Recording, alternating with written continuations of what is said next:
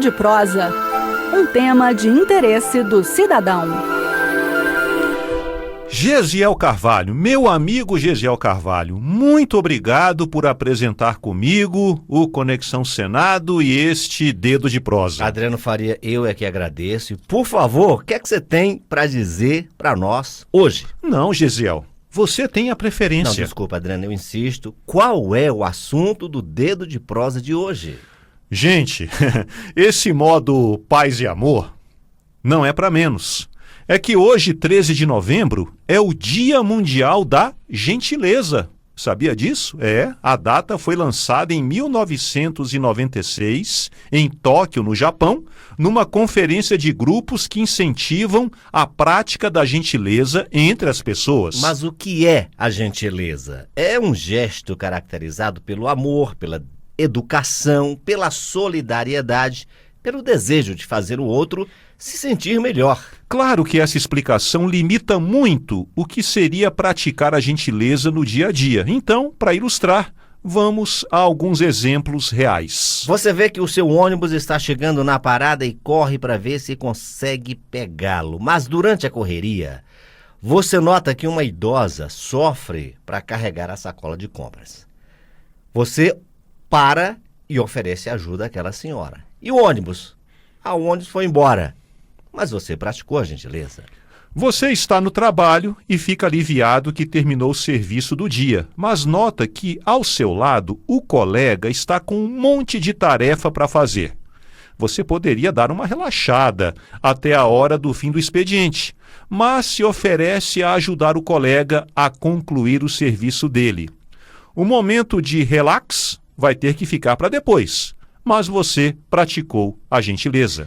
É claro que não é sempre que você vai se deparar com situações como essas, mas dá para ser gentil todos os dias. Pequenos gestos como dar o lugar no transporte público, dizer um obrigado, um por favor ou ceder a passagem para um carro no trânsito fazem uma grande diferença. E o que dizer de um sorriso, um abraço ou simplesmente avisar que você vai se atrasar para um compromisso, mostrando que se importa com o tempo dos outros. Olha aí, o poder da gentileza.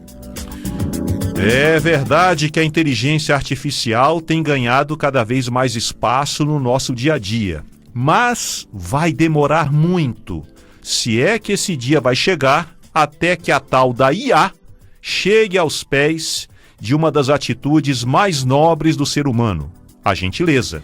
Em tempo em que as pessoas estão mais impacientes e menos tolerantes, a gentileza é uma força poderosa, hein? Torna a vida menos dura. E ela vai além, faz um bem danado para quem é o alvo da gentileza, mas principalmente para quem pratica a gentileza. Muito obrigado, Adriano. Olha, muito obrigado, digo eu, Gesiel, pela gentileza. A gentileza. É isso aí, gente. Vamos praticar a gentileza. Genival, palmas aqui para a gentileza.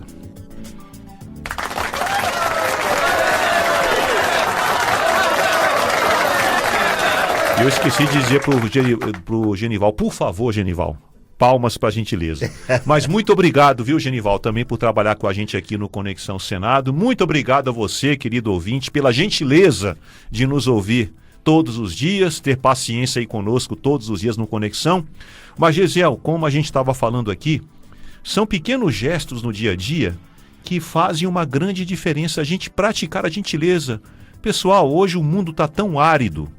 As pessoas estão tão intolerantes, nas redes sociais é um campo de batalha. Verdade. As pessoas xingam, difamam, fazem juízo de valor, mostram preconceito, mostram intolerância. E quando você vê um gesto de gentileza, isso se destaca, isso torna a vida mais colorida, a vida mais agradável. E o que a gente tem visto e ouvido de crimes até, que poderiam ser evitados com um simples gesto de gentileza. Verdade. No trânsito, então, isso aí é comum demais. As pessoas, às vezes, para dar uma passagem, para liberar uma vaga, para, sabe, ser gentil com outra pessoa que está passando.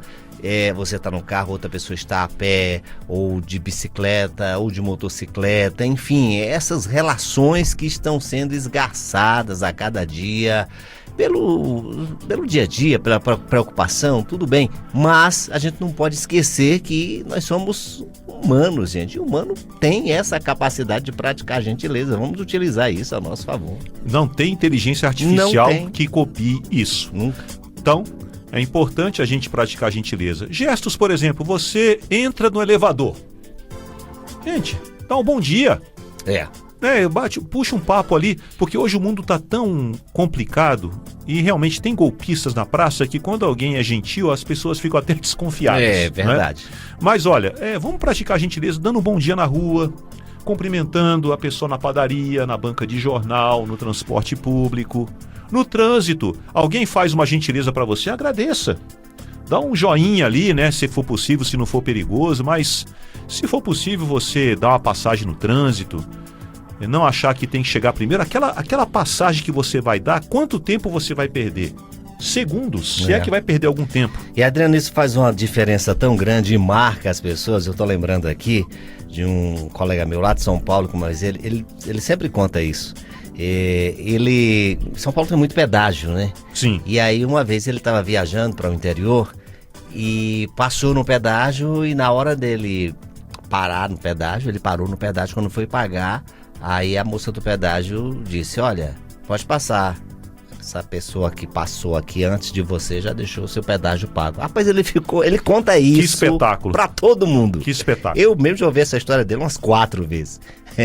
Sandra já conhece essa história. Cara, mas foi assim que não sei quem é, não... Simplesmente quando eu fui pagar o pedágio, a moça disse: não, esse carro que passou na sua frente já pagou, já deixou o seu pago. Ele ficou assim com aquela cara de abestado, sem acreditar no que estava acontecendo. Espetacular. Um gesto de gentileza que, sabe, repercute. Sinal verde. Caminho livre para a mobilidade. Olá, eu sou o Bruno Lourenço e o Sinal Verde, o espaço da mobilidade da Rádio Senado, começa agora para retomar o tema da nomenclatura das rodovias. A gente já abordou a explicação sobre a nomenclatura das rodovias federais conhecidas como BRs. Se partem da capital Brasília, começam com o algarismo 0 e são as chamadas rodovias radiais, como a 040 que vai até o Rio de Janeiro. Temos ainda as longitudinais, que cortam o país de norte a sul, que começam com o algarismo 1, como a litorânea BR-101. As transversais, de leste a oeste, e que iniciam com o algarismo 2. Temos também as diagonais, no sentido noroeste-sudeste ou nordeste-sudoeste, e que começam pelo algarismo 3, e as BRs de ligação, aquelas que começam com o algarismo 4 e que normalmente conectam as radiais, longitudinais, transversais e diagonais. Depois desse breve resumo, vamos falar agora sobre como são identificadas as rodovias estaduais, que têm início e fim dentro dos limites geográficos de um mesmo estado, sendo a sua construção ou a conservação a atribuição do governo estadual respectivo, que também decide sobre sua exploração pela iniciativa privada. A nomenclatura das rodovias estaduais no Brasil segue mais ou menos a lógica das federais, com algumas diferenças. Bem, diferentemente das rodovias federais, que são identificadas pela sigla BR, seguida de 3 números, as rodovias estaduais são nomeadas com as siglas das unidades federativas, como SP, lá em São Paulo, RJ, lá no Rio de Janeiro, URS, Rio Grande do Sul, PA, Pará, seguidas também por 3 números. O primeiro dígito dos 3 números indica a posição geográfica da rodovia dentro do estado em relação à capital. Em São Paulo, as rodovias radiais que ligam a capital ao interior recebem números pares e no sentido do relógio partindo da capital. A mesma lógica aqui das rodovias radiais que saem de Brasília, das rodovias federais. Já as estradas com números ímpares em São Paulo são as transversais que cruzam o estado sem passar pela capital. A SP 270 vai da capital até Presidente Prudente, chegando à divisa com Mato Grosso do Sul. Já a SP 425 vai do norte do estado, começando ali em Miguelópolis, e chega à divisa com o Paraná. As marginais ganham ainda um M e a letra D para sentido crescente da quilometragem da rodovia e E para sentido decrescente. SPM 330D, por exemplo, para a marginal direita da Via Anhanguera, que é a SP 330, e SPM 334E para a marginal esquerda da rodovia Cândido Portinari. Cada estado tem as suas normas, mas, no geral, seguem a lógica do Plano Nacional de Viação. E no caso de rodovias privatizadas? Bem, quando uma rodovia é privatizada, a nomenclatura geralmente permanece a mesma. Um exemplo claro é a rodovia SP-280, também conhecida como rodovia Castelo Branco, que é uma das principais vias do estado de São Paulo. Ela mantém a nomenclatura estadual SP, seguida do número 280, o 280, mesmo sendo administrada por uma concessionária privada. Outro exemplo é a rodovia RJ-116, a Via Dutra, no estado do Rio de Janeiro, que também segue o mesmo padrão de nomenclatura. E as rodovias estaduais federais?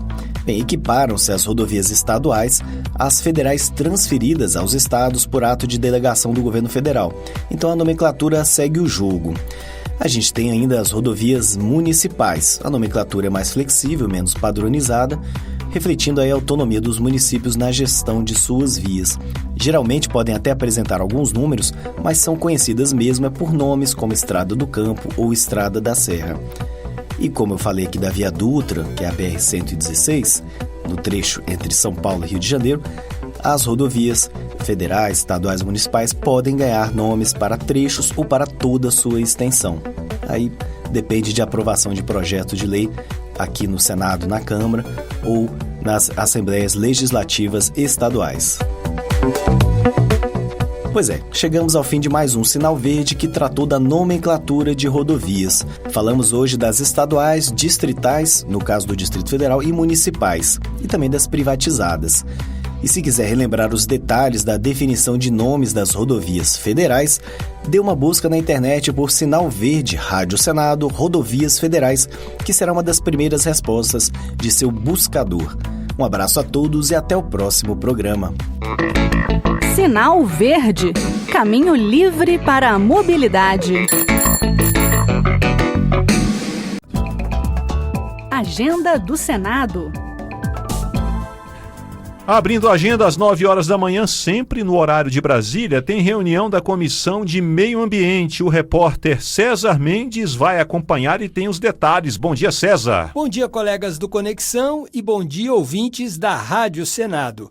O primeiro item na pauta da Comissão de Meio Ambiente é o projeto do senador Wellington Fagundes, do PL de Mato Grosso, que altera as leis do Sistema Nacional de Unidades de Conservação e o Estatuto da Pessoa com Deficiência para prever descontos nos ingressos cobrados nas unidades de proteção integral da natureza para as pessoas com deficiência. Os senadores analisam também a proposta da senadora Zenaide Maia, do PSD do Rio Grande do Norte, que faz alterações na Lei de Diretrizes e Bases da Educação, para incluir a cultura oceânica no currículo escolar dos ensinos fundamental e médio, e o projeto do senador Randolfo Rodrigues, do PT do Amapá, que promove mudanças na lei que criou a Política Energética Nacional e na que regulamentou a exploração de petróleo e de gás natural nas áreas do pré-sal para determinar a aplicação mínima de 20% dos royalties na implementação de projetos de apoio à preservação da floresta amazônica e de defesa das tradições e dos ambientes dos povos originários, como também em ações voltadas para a integração logística, a exploração sustentável dos recursos naturais e a promoção da justiça social nos territórios afetados diretamente pela atividade de pesquisa e lavra de hidrocarbonetos. Essa reunião começa às 9 horas da manhã e eu volto agora com vocês no estúdio. Legal, muito obrigado aí ao César Mendes. Às 9h30, a Comissão de Educação Melhor, Comissão de Comunicação e Direito Digital, tem uma pauta de 4 itens. Entre eles, o projeto que cria regras para a proteção de crianças e adolescentes em ambientes digitais, como a criação de mecanismos para verificar a idade dos usuários. Às 10 horas, a Comissão de Relações Exteriores e Defesa Nacional vota indicações para embaixadores do Brasil em 6 países: Suriname, Turquia, Geórgia, Eslovênia, Senegal, Gâmbia e Gabão. Também às 10, a Comissão de Transparência, Governança, Fiscalização e Controle e Defesa do Consumidor vota o projeto que torna novamente obrigatória a instalação de extintores de incêndio com carga ABC nos automóveis. A exigência foi extinta em 2015 pelo Conselho Nacional de Trânsito, o CONTRAN. Às 11 horas, a Comissão de Ciência, Tecnologia, Inovação e Informática promove audiência pública para debater o impacto das ações do Fundo Nacional de Desenvolvimento Científico e Tecnológico após a liberação total dos recursos, com foco no setor público. Até aqui as atividades do Senado pela manhã. Na parte da tarde, às 2 horas, tem sessão deliberativa no plenário do Senado. E a repórter Érica Christian informa pra gente. Bom dia, Érica. Bom dia, Adriano. Bom dia, Gesiel. E um excelente dia para todos os ouvintes da Rádio Senado. E os senadores retomam hoje a discussão para votarem a regulamentação do mercado de carbono, que vai permitir que empresas poluentes comprem certificados de outras com baixa emissão de gás de efeito estufa. Também poderá entrar na pauta o projeto que define regras de transparência para o pagamento das emendas parlamentares, que está suspenso desde agosto por decisão do ministro do Supremo Tribunal Federal, Flávio Dino. A sessão do plenário vai começar hoje mais cedo, por volta das 2 horas da tarde. E tudo será transmitido ao vivo pela Rádio Senado, TV Senado e pelo canal da TV Senado no YouTube. A todos os nossos ouvintes, eu desejo uma excelente quarta-feira. Adriano, Gesiel. Muito obrigado, Érica Christian. Também às 2 da tarde, a Comissão de Agricultura e Reforma Agrária vota o projeto que obriga a divulgação por fabricantes e comerciantes de produtos e serviços relacionados a animais de que a prática de abandono e maus tratos a animais constitui crime. No mesmo horário, 2 horas, a Comissão de Direitos Humanos e Legislação Participativa debate a aplicação da Convenção sobre os aspectos civis do sequestro internacional de crianças nos casos em que mães brasileiras voltam para o país com seus filhos por causa de violência doméstica. Às 2h30, a Comissão de Assuntos Sociais promove um debate com o tema Acessibilidade e Inovações nas Neurociências, da ciência ao consumidor. Também na faixa das 2h30 tem audiências públicas na Comissão de Constituição e Justiça para debater a regulamentação da reforma tributária e na Comissão Permanente Mista de Combate à Violência contra a Mulher para discutir o projeto que cria a campanha permanente de conscientização em transmissões e eventos esportivos para a prevenção e o enfrentamento da violência contra a mulher. E para acompanhar os trabalhos legislativos é só continuar acompanhando a Rádio Senado e os serviços de comunicação do Senado Federal. Você também pode acessar senado.leg.br e acompanhar em tempo real tudo o que acontece aqui no Senado nessa quarta. A Comissão Temporária Externa do Senado, que acompanhou as ações de enfrentamento às enchentes no Rio Grande do Sul, apresenta nesta quinta-feira propostas para a reconstrução do Estado. A apresentação vai ser feita em Porto Alegre para a Assembleia Legislativa do Rio Grande do Sul. E vamos conversar agora sobre este assunto com o senador Paulo Paim. Ele é do PT do Rio Grande do Sul e presidente da Comissão Temporária. Senador Paim, muito bom dia. Bom dia, Adriano. Na verdade, Adriano, nesta quinta e sexta-feira, nós estaremos, eu já estou no Rio Grande do Sul, inclusive, né? Nós estaremos na Assembleia Legislativa, ali no espaço Adão Preto, onde a nossa comissão, que aqui vai estar representada principalmente pela mesa, né? Que é os 3 senadores, o Luiz Carlos Reis, o Mourão e esse senador que vos fala. O senador Mourão é o relator, eu sou o presidente e o Luiz Carlos Reis é o vice-presidente. Então, nós ali pretendemos fazer um resumo do trabalho que foi feito pela comissão e vamos ainda, que é a última audiência pública nossa, com essa, na verdade, é 4 que nós fizemos. Eu fiz 2 mais uma aqui, depois que eu tive aquele estado, quando o tempo que eu fiquei aqui, inclusive no Vale do Taquari. São 4 audiências públicas com essa que nós vamos realizar, para ouvir a população. Eu tenho certeza que, além de tudo aquilo que nós já fizemos e estamos ali, vamos fazer um resumo, claro, o próprio relator vai mostrar o que nós apresentamos, fizemos, e, naturalmente, não é só dizer o que fizemos até agora. Queremos fechar o pacote, digamos, com um encaminhamento positivo, né? E, inclusive, nós estamos lançando já no dia 15, que é o feriado, no outro dia, o livro construído pela comissão, e, claro, com a equipe do Senado, Além da Calamidade, né? Respostas e reconstrução no Rio Grande do Sul. São artigos que os senadores da comissão escreveram, setores da sociedade escreveram também, tem um artigo do governo federal, tem o artigo do governo estadual, tem artigo de cada um dos senadores, tem o artigo da própria Ilana, tem o artigo da Defensoria Pública, enfim, são um balanço feito pela sociedade disso que aconteceu aqui no Rio Grande do Sul.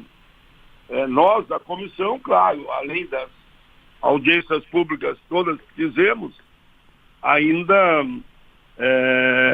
fizemos um resumo de um trabalho que foi entregue para o presidente da Casa, o Rodrigo Pacheco, que foi quem incentivou a nós todos a tocar essa comissão, construiu junto conosco a comissão. Ficam aqui meus elogios ao Rodrigo Pacheco. Certo. Por exemplo, eu sei que é muito trabalho, viu? O projeto de lei 5.002, né, de 2023, institui a Política Nacional de Gestão Integral, Risco de Desastres. Foi uma proposta do astronauta Marcos Pontes, senador, que nós entregamos para o presidente. O projeto 1.800, que institui a moratória de tributos federais, estaduais e municipais, aí foi o senador Cajuru que apresentou. Tudo isso foi para a mesa do presidente. E além desses, que são 8 projetos, tem projeto de minha autoria, tem 2 casualmente, porque a Leila cedeu para mim botar no nome dela, o senador Sirineu Watt também apresentou sugestões na linha do SUS, projeto ainda do senador Hamilton Mourão, para que uma punição severa para aqueles que assaltam as residências num momento como esse de enchente aqui no Rio Grande do Sul. Um projeto muito bom também do senador Alessandro Vieira, que ele institucionaliza medidas de auxílio quando for reconhecido o estado de calamidade pública, né? Bom, aqui tem institui a Política Nacional para Deslocados Internos. Esse é meu, esse projeto, porque você tinha os deslocados refugiados, né, de outros países. Agora nós teremos, por exemplo, centenas de pessoas que perderam tudo, né? Quando perderam tudo, eles podem ser deslocados numa outra região do estado e até mesmo para fora do estado, de forma que eles tenham, buscando sempre, claro, a melhoria da qualidade de vida, né? Enfim, são 9 projetos, o senador Flávio Ares também, o senador Margarete Busato, tem muito trabalho. E, ao mesmo tempo, essa comissão colaborou muito, muito para a aprovação de leis no plenário do Senado, né? E como nós estávamos capitaneando, a maioria dos projetos aprovados, tanto da dívida externa, por exemplo, que dá uma economia de imediato de 23 bilhões, como também suspensão de pagamento de parcelas dessa própria dívida, não paga mais nada, estou aqui pegando um resuminho. Certo. Durante 3 anos nós não pagamos nada, aí vai dar uma economia de 23 bilhões para o Estado. Decreto legislativo, que também acabei sendo relator por indicação do presidente Rodrigo e da presidente da República, reconhecendo o estado de calamidade pública, né, em todo o território nacional. Agora, senador, realmente são muitas propostas. Muita proposta. São propostas assim, bem significativas e, como o senhor bem disse, então a comissão estará nessa quinta-feira e na sexta no Rio Grande do Sul, né, na Assembleia Legislativa. E pelo que o senhor tem sentido, né, como é que está sendo a receptividade da proposta em relação à sociedade civil no Rio Grande do Sul, aos deputados estaduais no Rio Grande do Sul, em relação a essas propostas que estão vindo de Brasília, claro, com o diálogo com a sociedade gaúcha para fazer esse combo, esse pacote de propostas para reconstruir o Estado? Muito boa pergunta, realmente muito boa. Tanto os deputados federais, como também os estaduais, os prefeitos, o governador Eduardo Leite e o presidente Lula, e o representante do presidente, inclusive aqui, que ficou aqui permanente, o Pimenta, todos trabalharam de forma coletiva. E eu tive esse olhar também cuidadoso como presidente da comissão, né? Que alguns diziam, mas Paim, tu está com senadores que são de campos opostos, no campo ideológico, né? Não tem nada a ver uma coisa com a outra, meu amigo. Nós estamos todos trabalhando para a reconstrução do Rio Grande. Eu vou resumir aqui, em torno de 100 bilhões foi o volume, né? Tanto para recuperar os diques, né? Que é onde a água invadiu, no exemplo do Vale do Taquari, aqui no Vale do Sino, Canoas mesmo, Porto Alegre. Tudo isso somados ao que foi colocado de verba do governo federal, em parceria, claro, com bancos, com o Banco do Brasil, Caixa Econômica Federal, BNDES, nós colocamos em torno de 100 bilhões.